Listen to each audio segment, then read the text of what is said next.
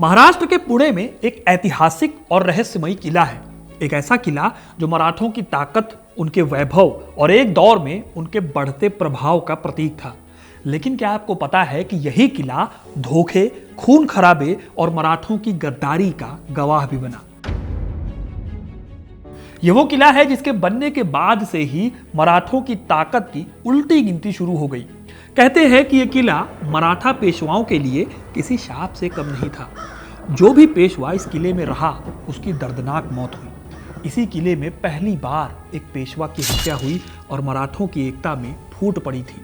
इस किले का नाम है शनिवार वाड़ा। एक ऐसा किला जो मराठों के उत्थान के साथ शुरू हुआ और मराठों के साथ ही खत्म हो गया। मराठा इतिहास की सबसे इंपॉर्टेंट बिल्डिंग्स में से एक शनिवार वाड़ा का क्या शाप है, कैसे इसने मराठों के पतन की कहानी लिखी, आज यही मैं आपको बताने वाला हूं।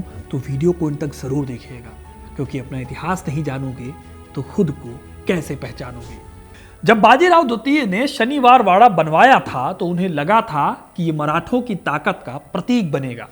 साल 1730 में बना शनिवार वाड़ा मराठों की ताकत का सेंटर तो बना ही, साथ ही एक ऐसा शाप भी बना जिससे मराठे कभी भी उबर नहीं पाए। कहा जाता है कि पेशवा नारायण राव, जिनकी यहाँ हत्या हुई थी, उनकी आत्मा आज भी शनिवार वाड़ा में घूमती है। कई लोग आज भी शनिवार वाड़ा में जाने से घबराते हैं। वो आज 300 साल बाद भी इस जगह को शापित मानते हैं। अब ये बातें अंधविश्वास लग सकती हैं, लेकिन जैसे जैसे आपको इस जगह की कहानी पता चलती जाएगी, आपको भी यकीन हो जाएगा कि पेशवाओं के लिए किला या महल किसी शाप से कम नहीं था।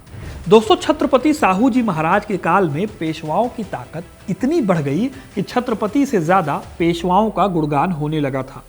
पेशवा मराठा सम्राटों के प्रधानमंत्री होते थे, लेकिन बाद में उन्होंने मराठा संघ का नेतृत्व किया, जब तक कि उन्होंने ब्रिटिश ईस्ट इंडिया कंपनी के हाथों अपनी सत्ता नहीं खो दी।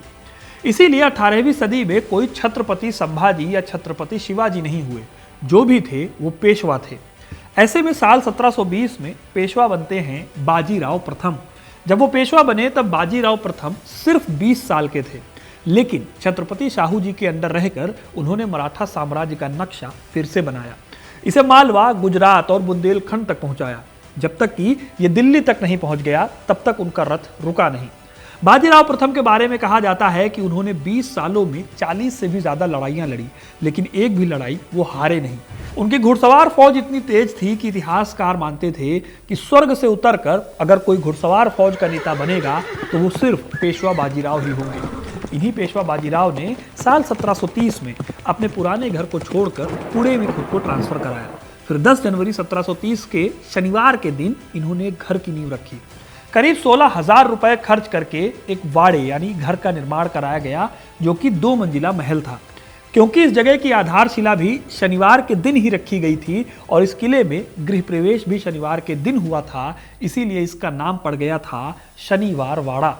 इसे बनवाया इसलिए गया था ताकि जो मराठों का सबसे बड़ा पेशवा हो, यानी पेशवा पंत हो, वो यहाँ रहकर मराठों की राजनीति को चलाए।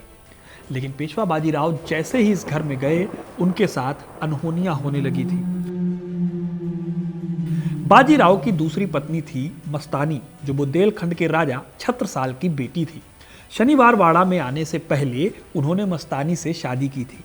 इस शादी से पेशवा के मंत्रियों और पेशवा के बीच में टेंशन बढ़ गई थी। शनिवार वाड़ा में यह टेंशन और भी ज्यादा बड़ी होती गई, क्योंकि मस्तानी के रहने के लिए अलग से क्वार्टर बनाए गए थे और उन्हें बिल्कुल साइडलाइन कर दिया गया था। ये बात बाजीराव को इतनी बुरी लगी कि उन्होंने मस्तानी को वहां से निकालकर खार गांव में अपने पुराने घर में शिफ्ट कर दिया और खुद भी वहीं रहने चले गए। ऐसे में साल 1740 में इन्हीं सब परेशानियों के बीच में एक दिन अचानक उन्हें बहुत तेज बुखार आया। ये बुखार कुछ हफ्तों तक चला और आखिर में उनकी मृत्यु हो गई। जिस पेशवा से पूरा हिंदुस्तान खौफ खाता था, वो अपने ही बनाए शनिवार वाड़ा में नहीं जा सका। बाजीराव की मृत्यु के बाद तो एक के बाद एक करके हर पेशवा के बुरे दिन शुरू हुए। जो भी शनिवार वाड़ा में रहने आया, उसके दिन बुरे होने शुरू हो गए। साल 1740 में पेशवा बाजीराव की मृत्यु के बाद उनके बेटे बालाजी बाजीराव ने गद्दी संभाली।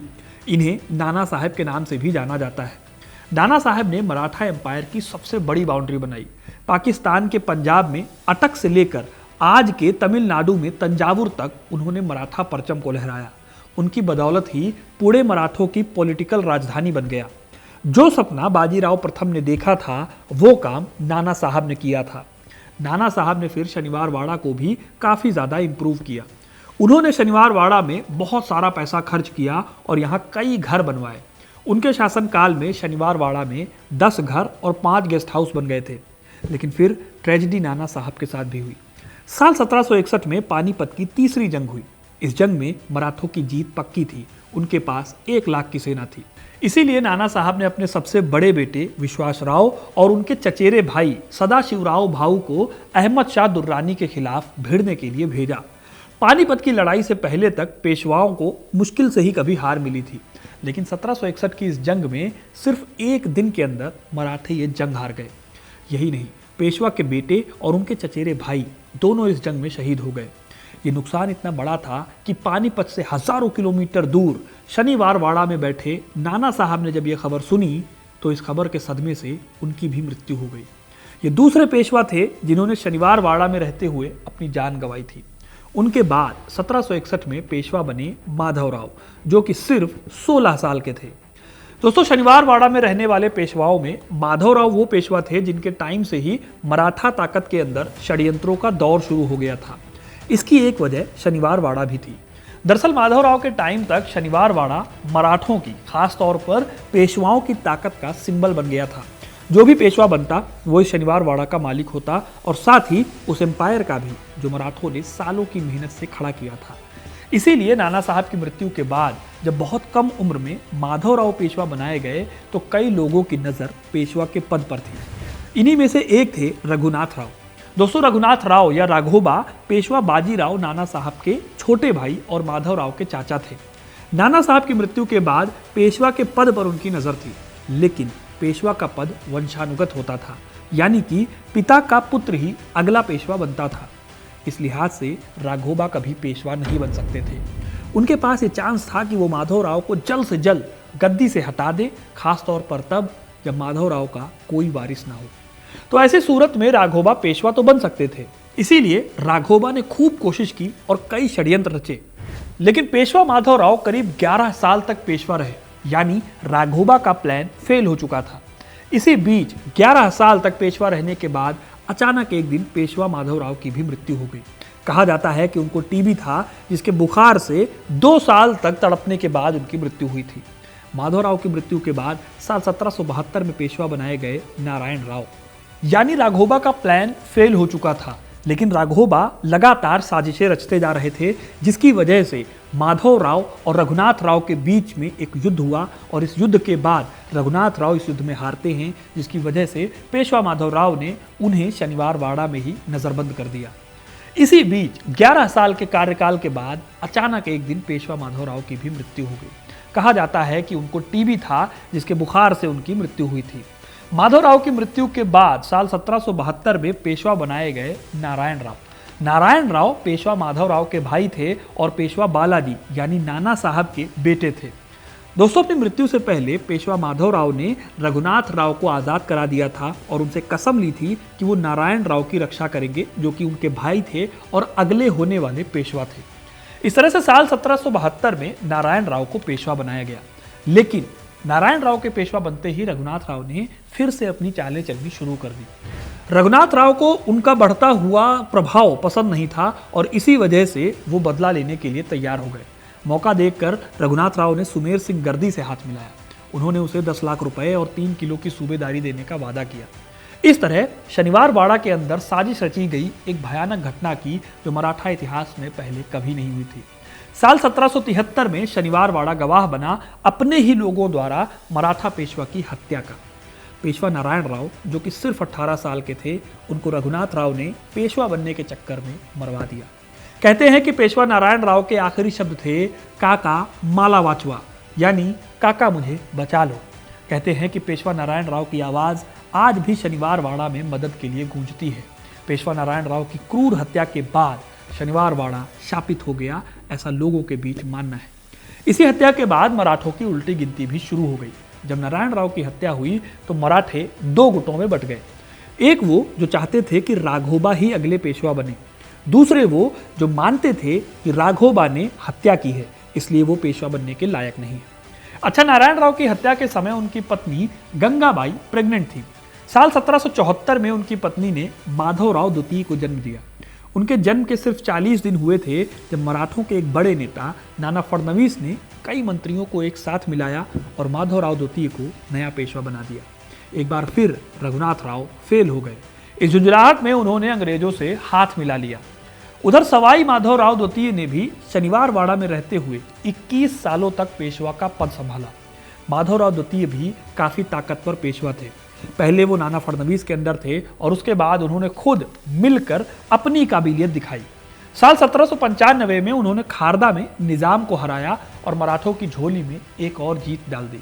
लेकिन इसी साल अक्टूबर में पता नहीं कैसे माधवराव द्वितीय रंग महल की इमारत की तीसरी मंजिल की बालकनी से नीचे गिर गए और उनकी दर्दनाक मौत हो गई। आज भी कोई नहीं जानता कि ये एक दुर्घटना थी, हत्या थी या फिर आत्महत्या थी। लेकिन उनकी मौत को शनिवारवाड़ा के शाप से बहुत से लोग जोड़कर देखते हैं, जहां कोई भी पेशवा कभी भी लंबे टाइम तक नहीं टिक पाया। सवाई माधवराव की मृत्यु के टाइम पर उनका कोई उत्तराधिकारी नहीं था और इसी वजह से राघोबा के भाग्य खुल गए। करीब 35 सालों से पेशवा बनने का सपना देखने वाले रघुनाथ राव ने खुद पेशवा का पद नहीं संभाला, बल्कि अपने बेटे पेशवा बाजीराव द्वितीय को पेशवा बनाया। वो भी उस समय सिर्फ 18 साल के थे। लेकिन उनके पेशवा बनते ही कई ट्विस्ट आने शुरू हुए मराठा पॉलिटिक्स में। कहा जाता है कि पेशवा बाजीराव द्वितीय अपने चचेरे भाई नारायण राव की हत्या से बहुत परेशान थे, जिसकी हत्या खुद उनके पिता ने की थी। यह हत्या से इतने परेशान थे कि वो शनिवारवाड़ा में रह ही नहीं सके। 1796 में वो पेशवा बने और उन्होंने किलेबंद महल को छोड़ दिया और पूरे पूना में कई अलग अलग वाड़ा बनवाए, जिनमें से कुछ का नाम हफ्ते के दूसरे दिनों के नाम पर रखा। वो कुछ समय के लिए शुक्रवार वाड़ा, बुधवार वाड़ा, विश्राम बाग वाड़ा में रहे, लेकिन शनिवार वाड़ा या उस जैसे नाम के किसी दूसरे वाड़ा में नहीं रहे। इन्हीं पेशवा बाजीराव द्वितीय के दौर में ही अंग्रेजों ने भी मराठों पर शिकंजा कसा और साल 1818 आते आते कुल 3 लड़ाइयों के बाद अंग्रेजों ने मराठों का पूरा राज्य छीन लिया। इसी राज्य में शनिवारवाड़ा का ये शापित किला भी उनका हो गया। इस तरह से शनिवारवाड़ा मराठों के उत्थान और उसके पतन का गवाह बना। दोस्तों, अंग्रेजों ने पेशवा के सभी इलाकों पर कब्जा करके और बाजीराव द्वितीय को कानपुर के पास बिठूर भेज दिया था। वहीं कंपनी ने शनिवारवाड़ा को भी एक जेल और अस्पताल में बदल दिया था। कहते हैं कि यहाँ मानसिक रोगियों तक का इलाज होता था। लेकिन अभी भी शनिवारवाड़ा का एक शाप बाकी था। बिठूर में कुछ साल बिताने के बाद पेशवा एक बार फिर शनिवारवाड़ा लौट आए, ताकि अपने साथ वहाँ के नौकर चाकर, बहुत सारे आलीशान सामान और जितने भी गहरे जेवरात हैं वो सब लेकर वो वापस चले जाएं। लेकिन ये सब भी हो नहीं पाया। 21 फरवरी 1827 को इस भव्य महल में आग लग गई। ये आग कैसे लगी किसी को नहीं पता। आग इतनी बड़ी थी कि जब तक आग बुझी तब तक केवल दरवाज़ा और दीवारें ही बची रह पाई थी। इस तरह से मराठों के उत्थान से शुरू हुआ शनिवारवाड़ा उनके पतन के साथ ही हमेशा के लिए खत्म हो गया। अब दोस्तों, आपको समझ में आ गया होगा कि वास्तव में शनिवारवाड़ा पेशवाओं के लिए किसी शाप से कम नहीं था। सोच कर देखिए, जिस पेशवा ने भी शनिवारवाड़ा की गद्दी संभाली उसकी दर्दनाक मौत हुई।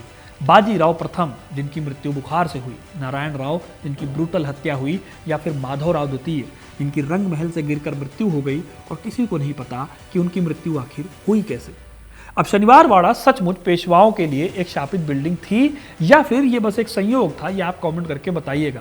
फिलहाल शनिवारवाड़ा एक ऐसी बिल्डिंग थी जिसे अगर आज आप देखने जाएंगे तो उसकी भव्यता का अंदाज़ा आपको बिल्कुल नहीं लगेगा, क्योंकि 1828 की आग में ये पूरा महल खाक हो गया था।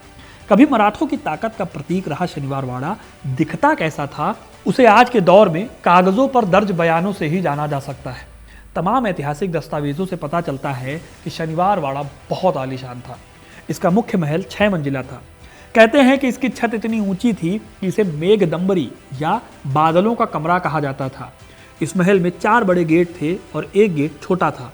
छोटा गेट बाजीराव प्रथम की पत्नी मस्तानी के लिए बनाया गया था। किले के मेन गेट का नाम था गणेश गेट। यह गणेश महल के पास का दरवाज़ा था। इसी के पास जम्बुल दरवाज़ा था, जिसका नाम पास में ही खड़े एक जामुन के पेड़ पर पड़ा। शनिवारवाड़ा के अंदर 4 बड़े चौक और कई हॉल या राजकीय कक्ष थे, जैसे कि गणपति रंग महल, सार्वजनिक दर्शकों का हॉल, नच्चा दीवान खाना, नृत्य हॉल, अरसे महल या दर्पणों का हॉल।